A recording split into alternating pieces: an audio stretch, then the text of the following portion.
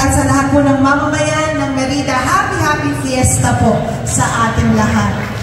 In behalf of Senator Bong Revilla, who is not with us this evening, pinapaabot po ng aking asawa ang pagbati po sa inyong lahat.